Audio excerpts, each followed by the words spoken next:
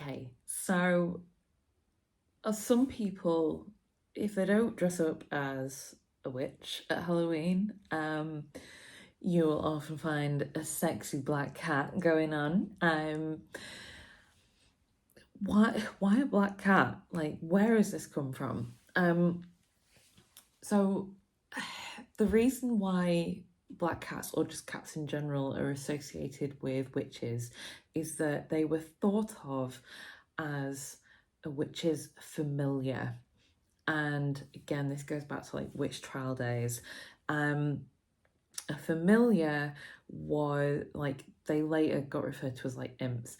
They were thought to be like evil creatures that fed or like suckled on uh like teats that were somewhere on a witch's body. This is where warts come into it as well. That's why we think of witches with warts, because any kind of weird mark or weird or lump or bump, anything was like evidence that someone was a witch. Anyway, that's a whole other thing. But a familiar would like be fed via the witch's body, and it was basically their like companion, and the witch, it was believed, could like pass their power on or a spell on and like pass it to this familiar, their little pal, who would then trot off and go and like make that spell like work on whoever was like being cursed or like this spell was cast on by the witch.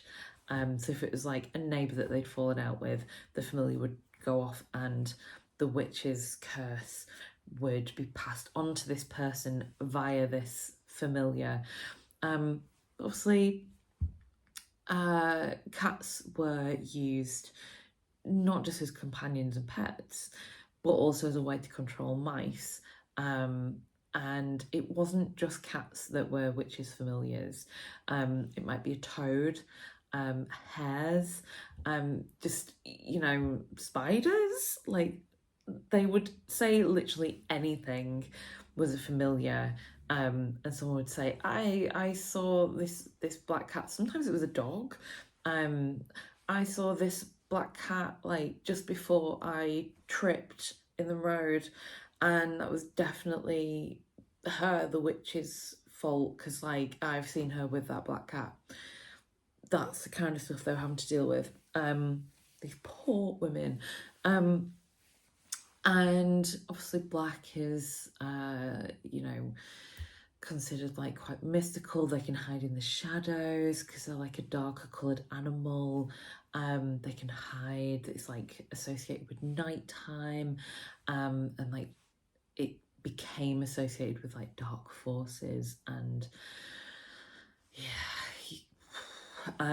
anyway, and I thought it was really interesting, like, yeah, cats were often associated with witches, and I just really love some of the names that they gave them.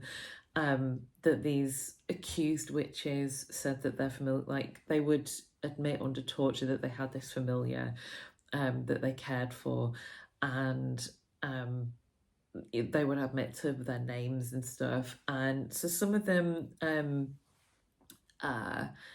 just got like normal animal names that were around at the time. I'm just going to read some off my laptop. So there was Puss, Gib, and Ball.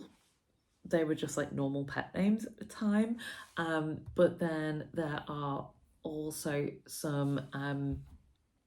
There was there was a dog called Dandy, which I really like.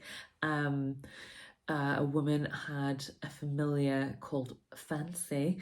There was Tibbs, that was a good one. But then there was also like, there were definitely some other ones that were like Greedy Guts and stuff like that. I will try and find the link to there's like a law podcast episode, or it's Cabinet of Curiosities maybe, where he reads some of the really good names for familiars, and they're really funny. So that's where the black cat comes in as well.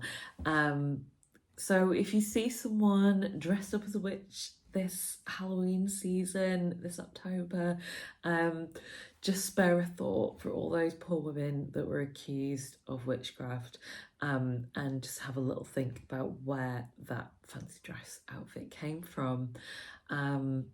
If you're putting on a pointy hat, make sure you've got some beer with you in case someone wants to buy it. Have a fabulous autumn, October spooky season. I hope you enjoyed this, and I hope you enjoyed my extra special vibes. Okay, bye.